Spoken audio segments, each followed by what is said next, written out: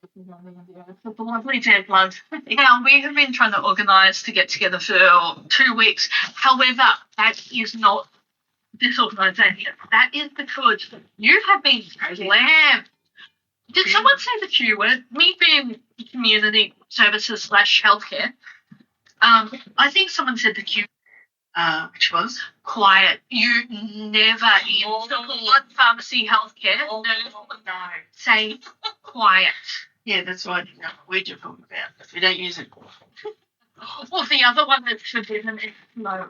Oh, yes. Yeah. Slow, or it's a long time since something has happened. It will happen. Yeah, absolutely. Even first responders have that thing. But no, guys, we are calling this one Keep Calm and Carry On. So you've had a lot of things happening. You've had people moving, housing situations, because there's a few old style group homes left. There are transitioning to lower CILS, which is what CILS is, supported independent living. And I mean, when you're living with other people, because you do have, like in the bigger homes, you have 2 or 3 support workers working together. We've talked about this before. We have links down below. Yeah, where you've had that ability. When you get 3 or 4 people in a home, generally you only have 1 support worker. And look, there's good and bad and all. And there is. You get some fantastic companies and it comes down to the support worker on the shift on the day at the time. That's it. It does. And may I say something slightly controversial? Their level of training and their engagement with that level of training as well. And how they engage the participants. Like some just, and we have all the nightmare stories about they're sitting there on the phone and they're doing this. Well, a lot of the companies now have apps. Yes. That the staff have to use, and they have to do their case notes before they can close out the shift. So quite often you'll see, or perhaps, if you're a member of public and you see them down the street and that, they're in a coffee shop or something, but they're on their phone, I think if it's really clear that they're totally ignoring the participant, well, that's a clear thing. But if they're still engaging with the participant, even though they're looking at their phone, you might, for a member of public, you don't know what they're actually doing. They could be researching, places to go. They could be booking tickets online. Yeah, they could be looking at an event that I sent you, and now I've discovered I don't have the money to go because there's other things I want to see. Yeah. So there's a lot of different things, and unless you really ask or say, oh, are you supporting that person?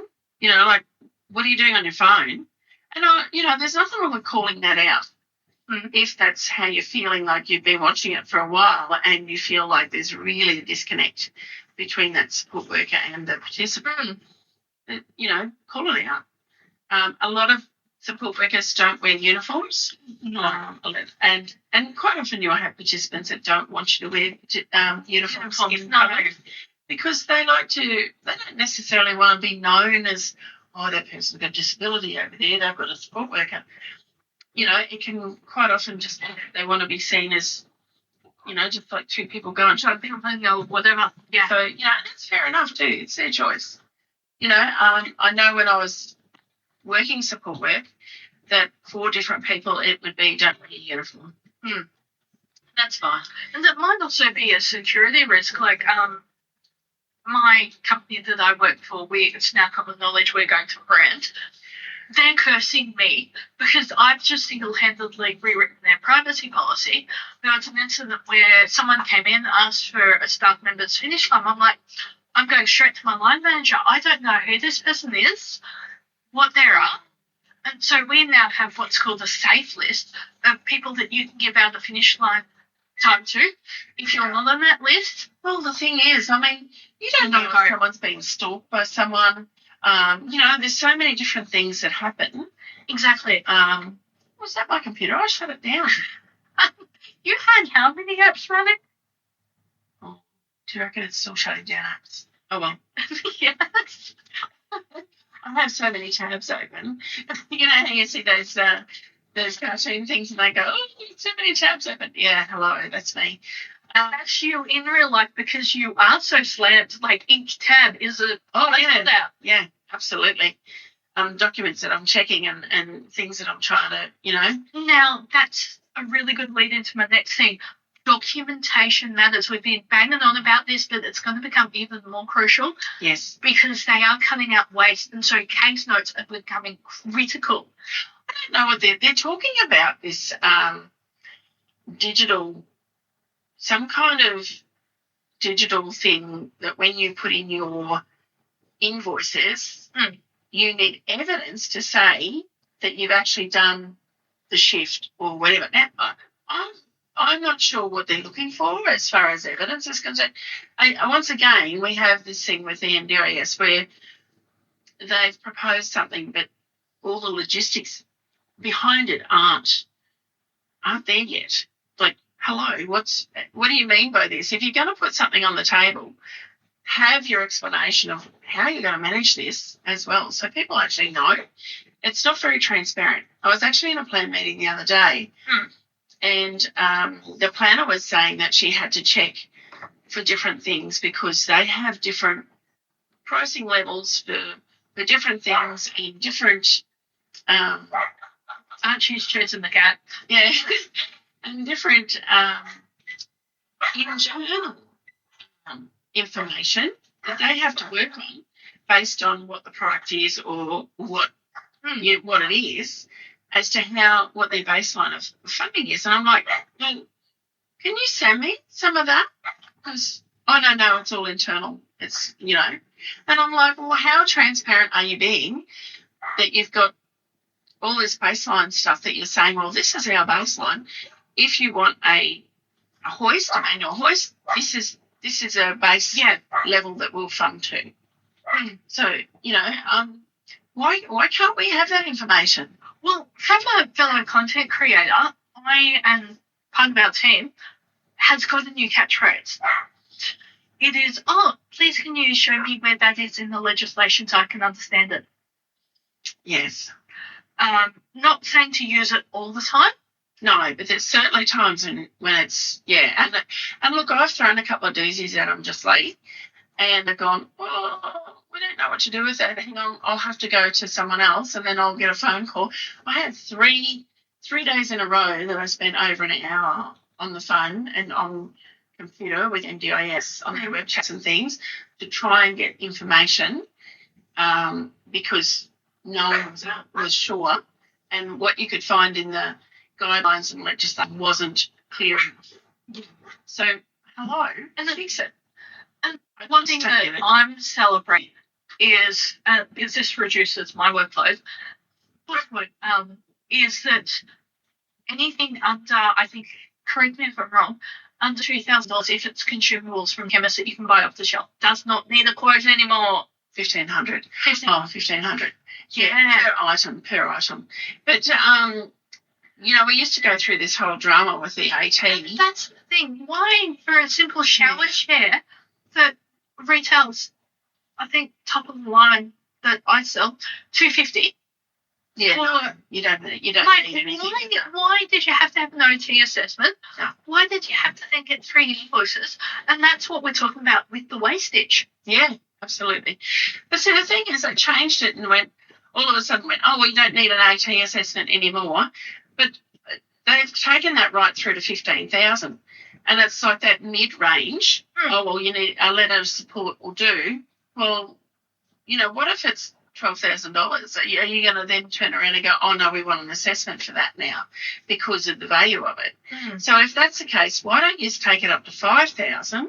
Because most things would fall into that range then. Yes. And it would be things like beds, pressure mattresses, IPAP, CPAP. Yeah, they would fall under 5,000. So, they're running about 1,600-1,800, aren't they, for the basic unit? Basic, but then you've got your back-to-base actually monitoring. Yeah. So it's just, I just look at it and think, well, they make these decisions and then they'll turn around and go, well, that's not enough, please. We need more documentation. So, but this is a decision that you made. So they keep continuing to change move the goalposts all the time. That's never changed. They've always done it, but I feel like it's just getting worse and worse. And still, we're at that stage where you can ring half a dozen times, half a dozen different people, half a dozen different answers. So, it's still quite difficult. And I did actually find out our curly question. I got a straight answer to it. Mm-hmm. Yes, you can request the transcript of your phone call. Yes. Is that a freedom of information? Get it or not? No, it is simply asking for evidence that you have done due diligence. Yeah. So just ask at the end of the phone call, hey, can I have a transcript? Especially if you're independently managed or self-managed. That's where it comes in of the evidence. It's going to become very crucial of doing what is called due diligence. Yeah. In Australia, due diligence is legal. Don't knock out self-management. Yeah. Claim management is still in play. I think there's going to have like a book of people who are registered and choose one. Yeah. Yeah, and that's fine as long as we've got a good variety of people in there, and it's not like tribal. Where they're just going to go, oh well, you know, these are your 6 people that you can choose from, How was that choice and control? Yeah, well, exactly. But didn't you say that in the UK they do it where they have quite a big list? Yes. And I wonder if that's where that's going to go, because as a registered support coordinator, I know that there's a lot that aren't, that are sitting under umbrellas, and that'll be interesting as it goes along, because they'll start to pick up on that. They've got it'll be interesting to see. Big book, and it's for medium to low support needs only. And you'll literally get a bank account that they call an able bank account. I think the content creator I was watching said it's like 600 pages of providers, what you can and can't do. It's what they call a tight funnel network. If this happens, you need to do this and this and this. And you can actually then train your own care worker. They don't as well. So this content creator, shout out, links below, is Jessica Kilgart-Fraser. She is a fairly high-profile YouTuber and disability advocate, also trains journalists, and she explains her story to having her editor at a community station, so already had the relationship, already used to collaborating. Yeah. That she then became her caregiver type of thing. They don't have the Cert 3 and stuff like that, but still does have an enrolled nurse come in and do the clinical stuff. Okay. So that's where let's agree to disagree. I like that idea because the transactions can be monitored in real time. Well, I think they need to find a way to manage this better. It's a beast. Let's face it. The NDIS is a massive beast, and it's got a lot of different arms to it. But why don't we have a department that handles the AT? Why don't we have a department that handles the employment? Why don't we have a department that handles housing? We used to. They used to be able to funnel through and talk to, different departments. And now everything's got to go into inquiries. You could bring inquiries and get someone from West Australia, someone from New South Wales, someone around the corner. You wouldn't even know. And they used to have a storefront. You had an LAC. You walked into it, which was the idea of Navigators, that you had one person that was a one-stop shop. Yeah. And that was the original idea. But I don't know where that's going now. No. I really don't know. Because they were going to put that through Department of Social Services. So since we're Andrew and slightly sidekick going, they're going to roll all of these departments into one. Is that scary that I had that on the money? Well, it's not surprising. But then, I think it's good if you've got a support coordinator that helps you with your housing. Yes. Because there's a lot of knowledge that you need to carry in order to cover everything. I really don't cover employment very well at all. I say to them, well, I don't really know a lot about the employment side of things. go down and register with, TUSA or APM or whoever which it is. Specialist Disability Employment Agencies. They're registered to do it. They specialise in rehabilitation, training. Yeah. But then sometimes I've had mixed results with that as well, where I've had participants say that they feel like they're just making the money and there's not much going on. I have been through that myself, and that's how I got my current job. Through a colleague. But, that was word of mouth, though. In reality,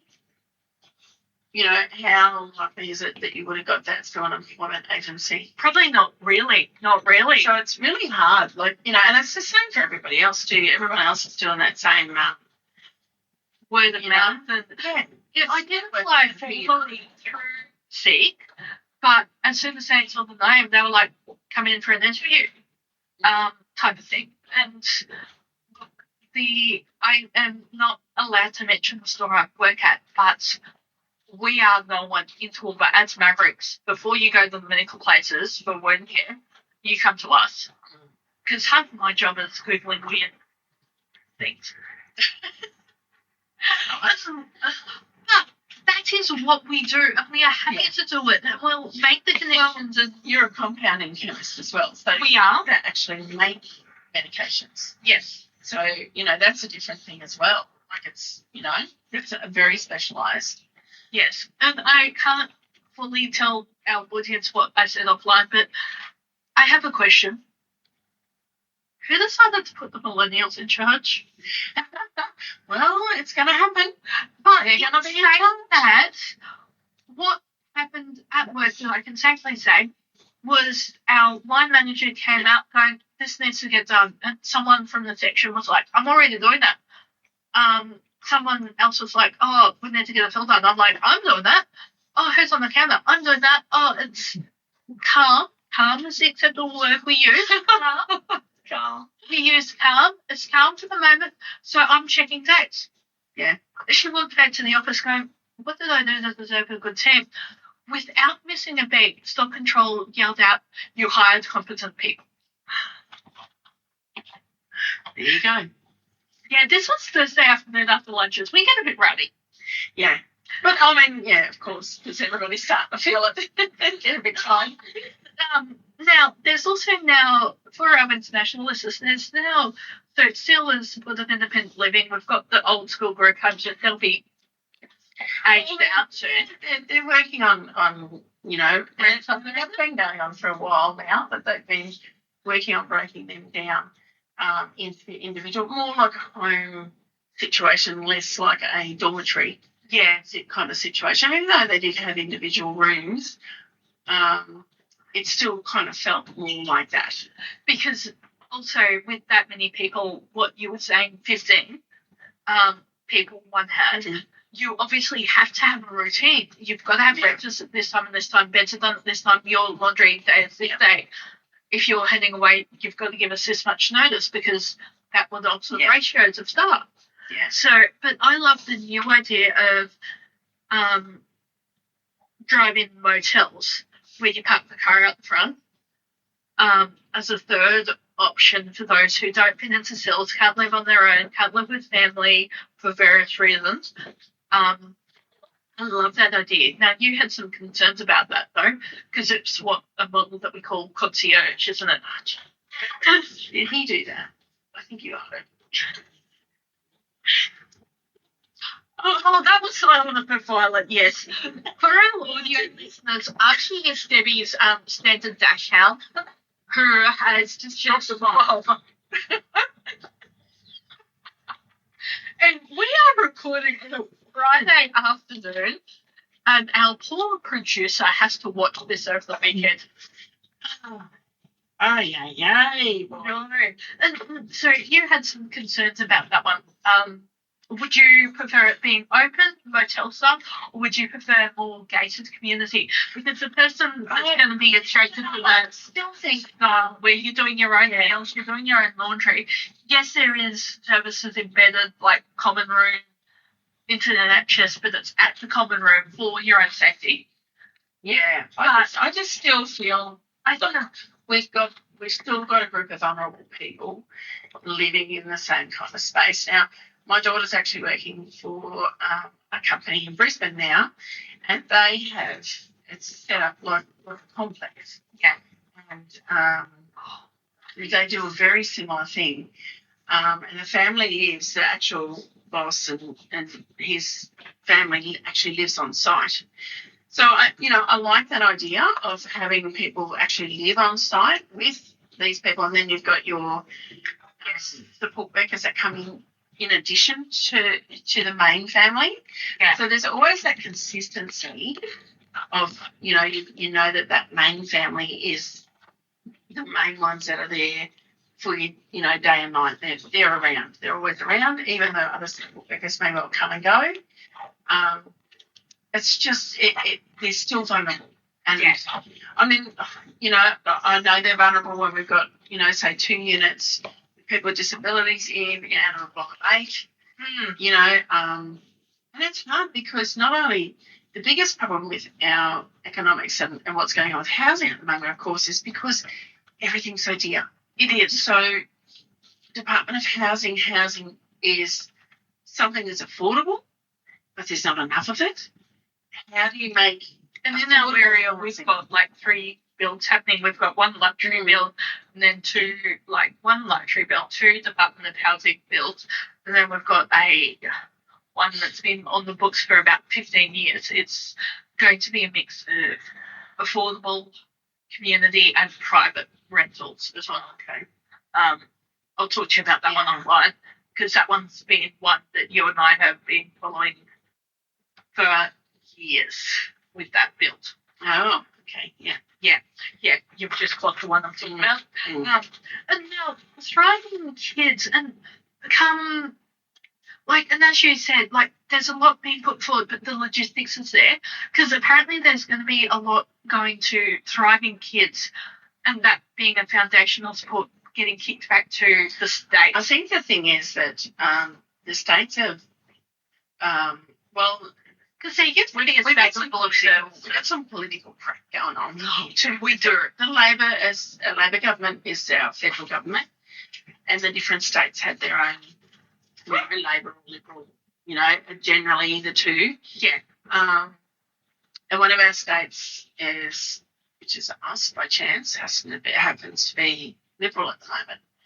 And yes, they're not. They've got most of the states to sign off on this thing, but not everybody, because our state's concerned that there is still not enough funding across the 5 years or whatever they're proposing this funding lasts for to do thriving kids, as well as bolster the community services, because there used to be a lot of community services. The NDIS came in and it all dried up. Yeah. And if you weren't funded, you wouldn't even get a phone call.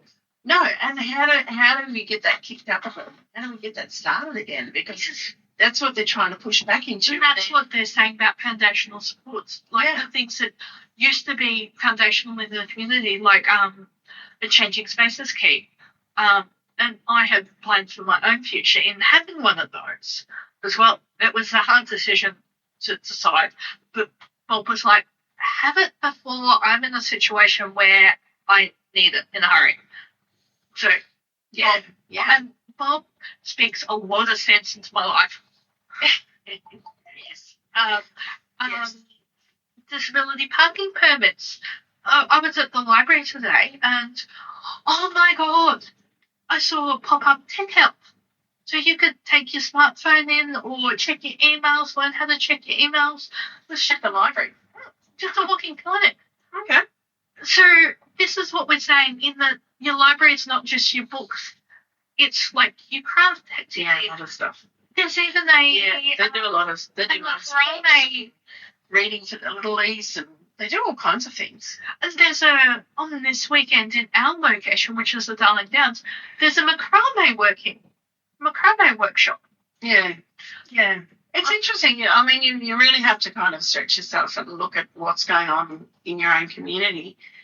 But for a lot of people, they've gotten so used to, and dare I say it, being fed things that are paid for. Yes, sorry, through the NDIS. We will hit pause, guys. Hey, guys. We had to take a break. Again, real life within the way we won't talk to anyone, but we were talking about community-based supports because when the NDIS came up, they just dried up, like, type of thing. And It just seemed workers didn't seem to take them to those community-based things. It just seemed to be it was more, oh, well, let's do all individual stuff. Or day programs started. See, there was a lot of day programs. Well, day programs should have not been, it should have just, maybe we should have just left it with the community stuff. Day centres have their place. Well, they do. Yeah, you're right. They do. They do. It's Friday. I get a bit ratty on Friday. They do, but I love the versions. I've seen a few around that actually have the idea that they want to send themselves out of business. Stay with me on this one. Yeah. Because they are work skills based. Yeah. Of getting up, building capacity, well, handling change. Like we've seen this thing happen where, it's become this money-driven service, and I've actually seen and heard providers actually disenabling people because they'll get more money. Yes. Like, what the hell? That's not what it's supposed to be. It's supposed to be about building their capacity, building their independence, assisting them to do things, not just taking over and doing it yourself. And this is something that a lot of support workers that are out on their own have to realise too. And I've seen it in cell houses where support workers will go, oh, no, it's all right, I'll do it, I'll get it done quicker. It's not about that. It's about building the people, giving them the opportunity to do things for themselves, extending their skills. It's not a hard thing to do. You yourself just have to go, right, this person needs a little bit more time to comprehend what I've said, or they need more time to answer me, or they need time, so many instructions before they get it. And it might be that 101 time that you want to do it by themselves. Yes, they go, yeah. That's what it is now. Now, thriving kids, because there's a lot that now as well is going to be... Thriving kids, nothing really. Okay, that answers the next question. And now there's another one that because I'm not a parent, I'm the process, is parental responsibility. I know we have been harsh saying that if you have a child with a disability, and I was having a talk to our producer in preparation for this, want to know your thoughts on it. She's like, she has been in the game since block hunting days. Yeah. And she's like, the behaviours get worse because, the parents aren't allowed to parent them. It's all... And we're seeing it in so-called normal kids. We're seeing it so much. You still have to parent them. You still have to be a parent. Boundaries, respect. It is harder with children that have those very black and white. Like your autistic kids, they're very black and white. They like structure, they like routine, they like things a certain way. And it's about teaching that resilience and getting that resilience into their system, because society is not going to be nice to you. No, it's the harsh world out there, real world, and parents can protect and trouble as much as they like, but in reality, one day they're not going to be there. And there's that disconnect with those people not knowing what the world expects, unfortunately. And look, we have a lot of parents cope with it. If they can't cope with it, it's more than proof of what responsibility. Yeah, because you've got kids that don't respond normally to what you would normally expect. Yeah. So, and it's look, none of us are given a manual when we have our kids. We get a manual for a poster. Get a manual for a child. You don't get a manual for a child. Like, and then if that child has disabilities, learning disabilities, the hidden disabilities. Yep. And people say, oh, you just got to smoke more often. Oh, you just got to smoke this more often. Oh, you got to learn to say no. And it's not that simple. No, it's not. And and it's very difficult for those parents. And the parents will get isolated quite easily because their friends aren't understanding that, it's different. Fortunately, as we've gone along and over the last 20 years in particular, and when it's become more obvious that, autism's there. We do have these mental health disabilities in our children. Our children are stressed. Our children are anxious. Like when I was a kid, you go and play in the creek. Like now, you wouldn't have a parent that would even allow that. Much less, I took go out neurodivergent kids who admittedly are teenagers, magnet fishing. Yes, I was the responsible adult in the room. However, they are teens. I've known them since I was twinkle in their father's eyes. And we need to be very, very clear. We're not dissing parents with children. Absolutely not. We are trying to reinforce how bloody hard it is. And if you are so-called normal kids, you are isolated, please, Carers Gateway, Wellerways, and in Queensland Health, you'll be excited to know this. Queensland Health have got their respite up and running again. Okay. As in their respite for state-based respite for parents. Oh, okay, good. Yes. And get involved in those, the autism communities and get on the forum. Don't isolate yourself if you're a parent and you've got there's some really things going on with your kids. Talk to other parents because the thing is, there's an expectation put on parents that they're supposed to have this child that, at 3 is going to walk through and say please and thank you and how do you do? And that's not life. That's not real. It's not real. And even kids on normal milestones, if they're tired, grumpy, seen a doctor, a wave when you're putting a script in at the chemist, look, that's the equivalent of saying thank you. Yeah, that's right.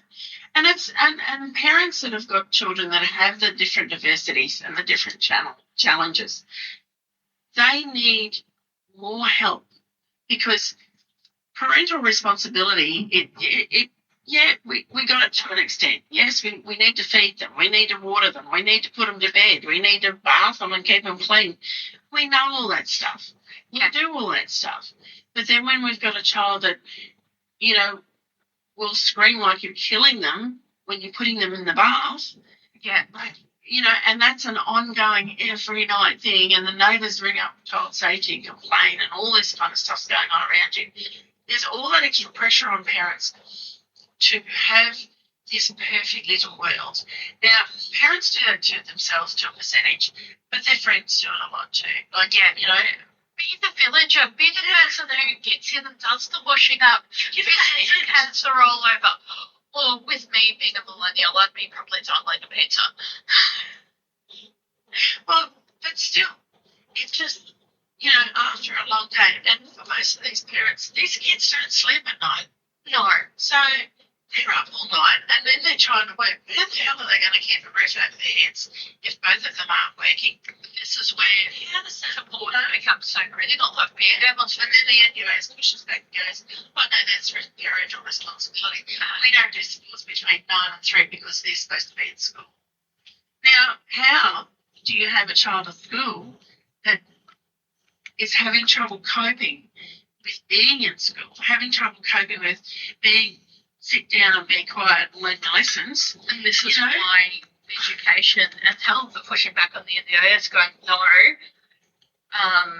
But they're all pushing back. All it does, they're just doing this. They're just pushing back each other, but they're not actually doing anything. And this is where there is a table coming up, which is a meeting between the premiers and the state government's co-ed called where hopefully this gets found out. So this is why we are saying keep calm and do not panic, because until it goes through Senate estimates, nothing is changing. Yeah. And also, that's a problem too, because things do need to change. Things do need to change, but they need to change for the benefit of the participant, not for the benefit of the government.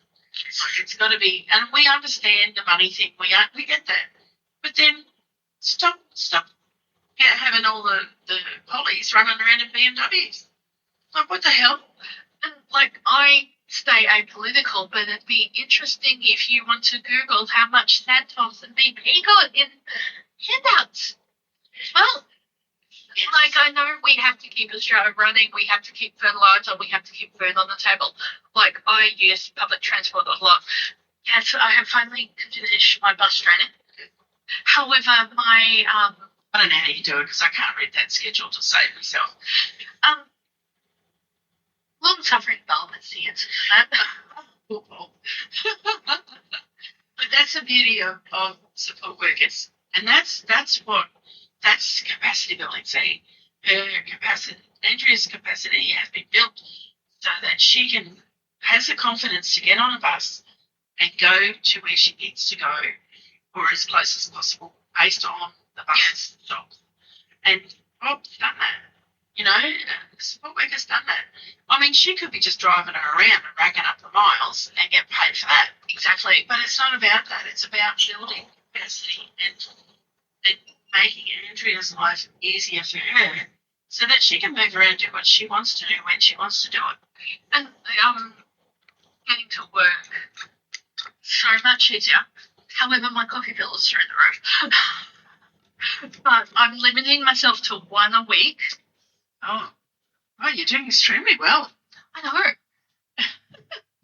Well, when you have a pod coffee machine at home. Yeah. Yes. But it's an interesting one that we're living in there, and this is where redesign with a variety of people at the table, not only just disability advocates. I'm talking parents. I'm talking support coordinators.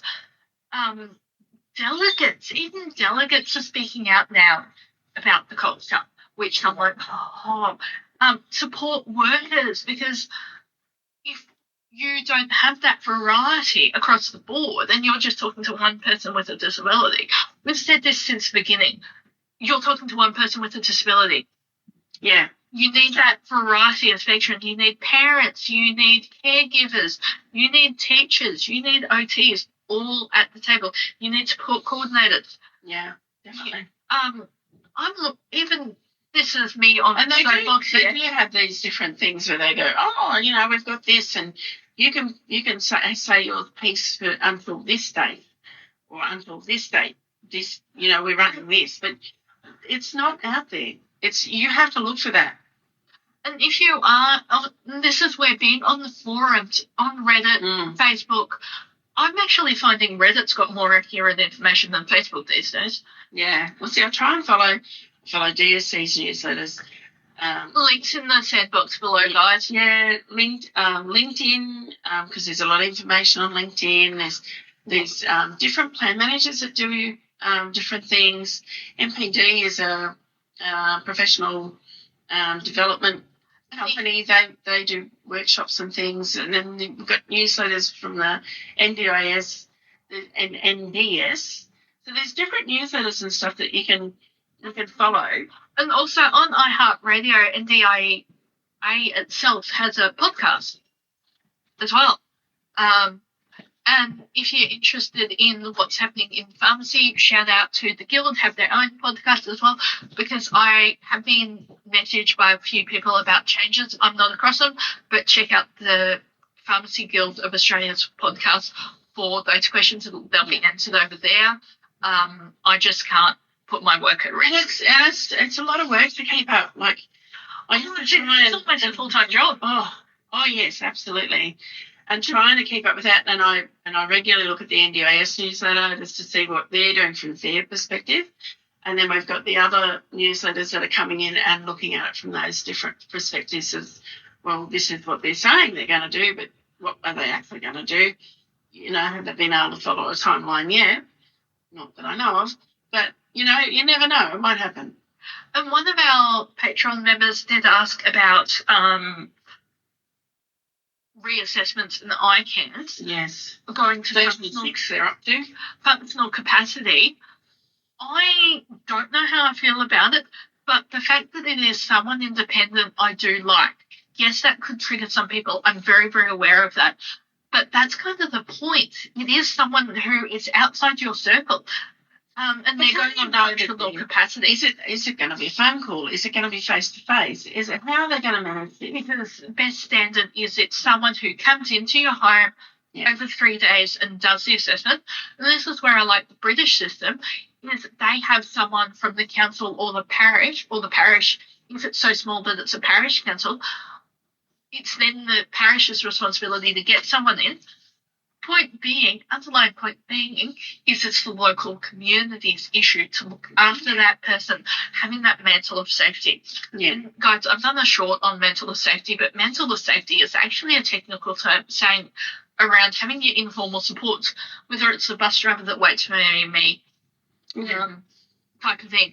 It might be the chemist. Or your local taxi driver. You might go every week, you might go on a certain time to the groceries, and then if you're not there, then I know years ago when I used to run a taxi base, the drivers would call in and say, "Oh, has that booking come up yet, base?" No, it's not in there for this week. Oh, that's a bit unusual, and they'd go and do a welfare check basically. And I know there's a TikTok creator who does supermarket skits who he's done a skit about similar things of when your elderly customer doesn't come in as well. So it might be the supermarket checkout operator. It might be your hairdresser. So they're on the points of contact, regular contact. It might be the neighbours next door. Yeah. Check that you haven't checked your mail out. Type of thing. Yes. So that is where mental safety comes in, because I knew there was a bit of confusion around that one. And because I'm aware of your time, because you're doing the coastal run thing, your coastal visitors, aren't you? I'm heading off at 3:00. So final thoughts on what to do, and I know we've been hammering it down, but I think we need to hammer it down, is that even us, it is general, check what applies to your situation. Shared support coordinator, key worker, it's important if you can even have a delegate. A list that you've got on your fridge or on the side of your fridge, not an obvious thing necessarily, but a list of those people with their phone numbers. Yeah. So that, and that's part of a safety plan. Yeah. Also, this is the time that with the changes, if you were concerned, it's perfectly okay to switch off TV, social media, whatever. Turn on a podcast or something fun on Netflix. Great British Sewing Bee is starting up again. That's my comfort watch. Okay. But your thoughts about NDIS changes, check in with your team. Check in with your support coordinator, your plan manager. Don't panic at this stage. A lot of these changes are some distance off. Some of them are next year, some of them are the following next year. Well, support coordinator, they're talking about commissioning, which is where they basically make a list of providers that you use. Yep. They're talking about commissioning the plan managers this year. Yes. Next year doing support coordinators, but then already something that they were going to implement in July has already been pushed back to October. So, look, that's the thing. Really, timelines seem to be elastic. Yeah, very much so. Where we're saying if you don't have a support coordinator or a plan manager, this would be the time to get one, especially if self-management is going to go by the board. Yes. And the commissioning is designed to reduce waste because they'll have to be registered, they'll have to go through accreditation, and therefore service delivery will have to be there. Is that the idea? Yes. That's the idea. Yeah. Let's be very clear, the idea. No, yeah. The idea. So, yes. But and what's the thing? The big thing is to make sure that providers are doing the right thing by people and being compliant to the rules and guidelines. Now, how they're going to police that, I'm not sure. No. That's going to be their big thing. And I think we'll have a percentage of providers that have been going through the system as much as they can. That will drop out because it'll be like, I'm not going to do all that crap. But they're, really they've just been going through and taking whatever they can. And for participants, it's very difficult because,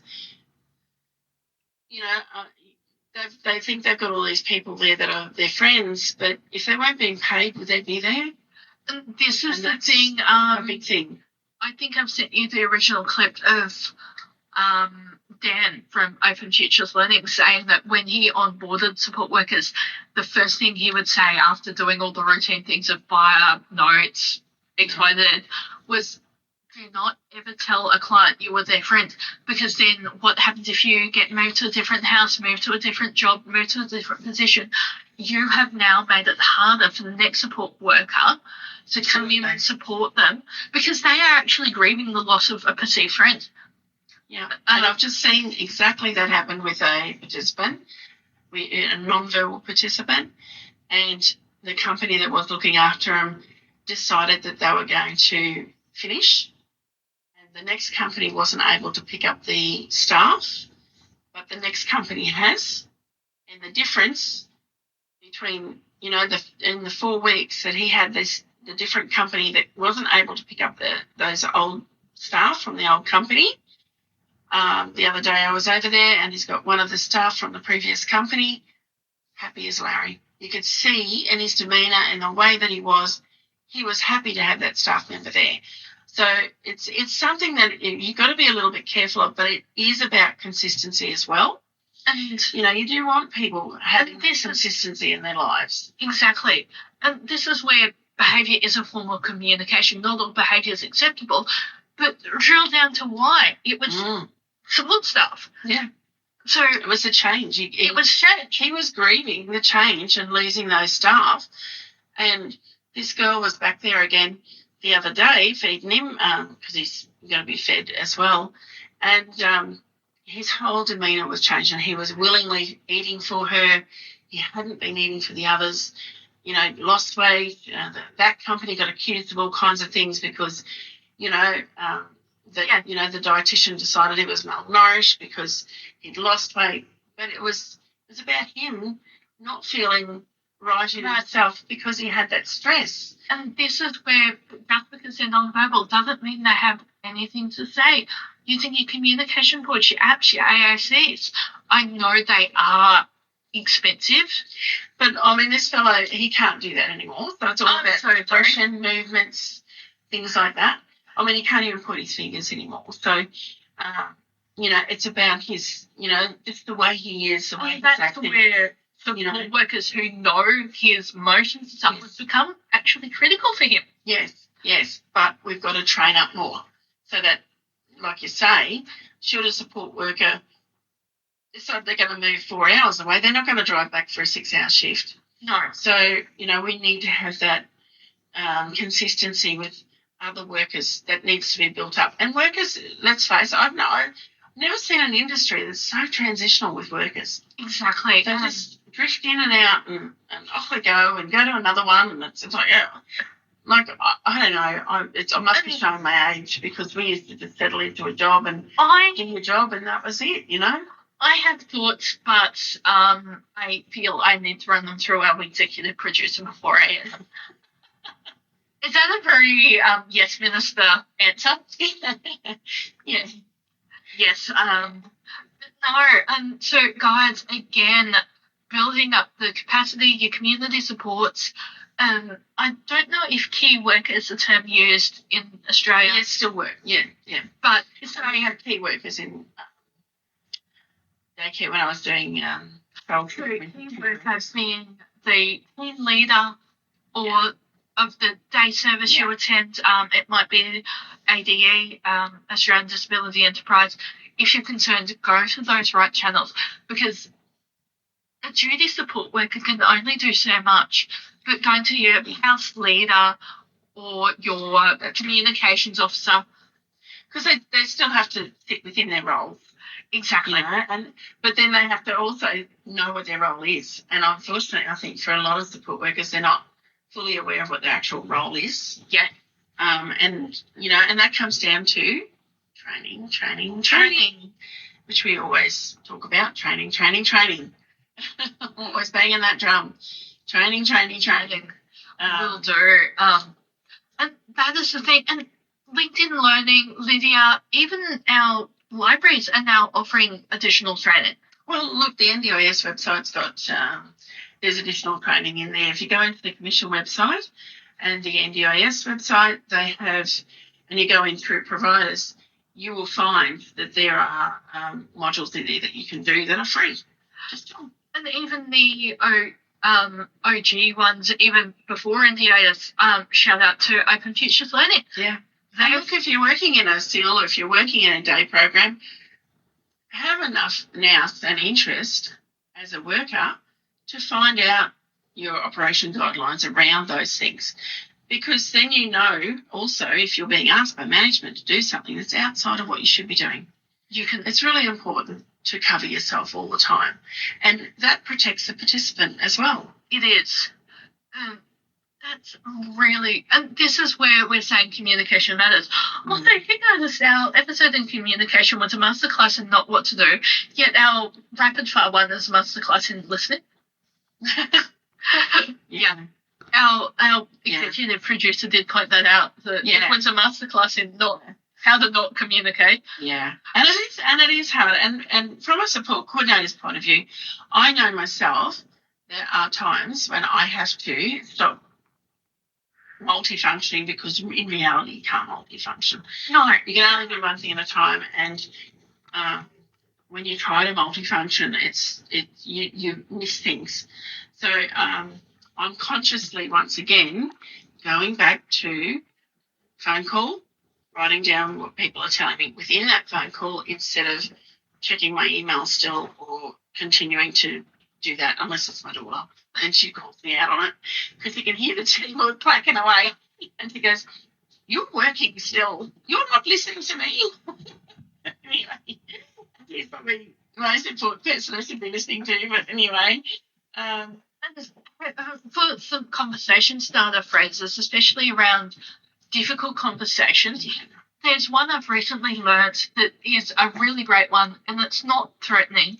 It's, okay, I am hearing this conversation. I'm hearing your concerns. Is there a beginning of this conversation I should be aware of? Like, oh my God, I randomly overheard that in the shopping centre today. Oh my God, that is a game changer. Having context is important. Yeah. Especially with a lot of people that stop and change and stop and change and stop and change. And, we know the ADHD, I'm starting to feel like I'm more and more ADHD as I go along in sport coordination. But, how do you know why I'm addicted to caffeine? Oh, I don't drink coffee. Because maybe I did one of my diagnoses is ADHD. Maybe I should drink coffee. I might slow it down. But I might be able to keep up. I don't know which one. Coffee or Red Bull? I shouldn't be advertising caffeine, should I? Because I'm a hardened coffee drinker, but I do not touch energy drinks.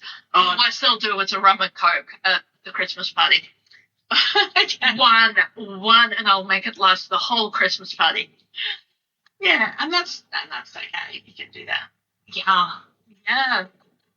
But guys, we are getting a bit loopy. You've got to get on the roll. I'm going to get on the roll. And thank you guys for our Patreon members and our team, our wonderful executive producer, our producer, and our editor, who make this from to a wonderful polished podcast.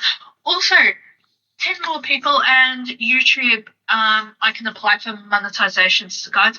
So other places you can find me is Annie's Escapades over on YouTube, and Paul, Bob, and I have spent 3 months going through the blog Annie in Wonderland. So that is where all of our show notes, if they're not in the box below, will be as well. So guys, be safe, be kind, and guys, again, be calm and carry on. And it's okay to switch off. It's okay to question things, but question them once, and then just I'm a big believer in the universe will deliver what you need when you need it. It might not be what you expect. What is that? What's it saying? Be careful what you ask for. Yes. And guys, we will, before signing off, we will pay the pet tax. Say hi, bye, Archie. See you guys.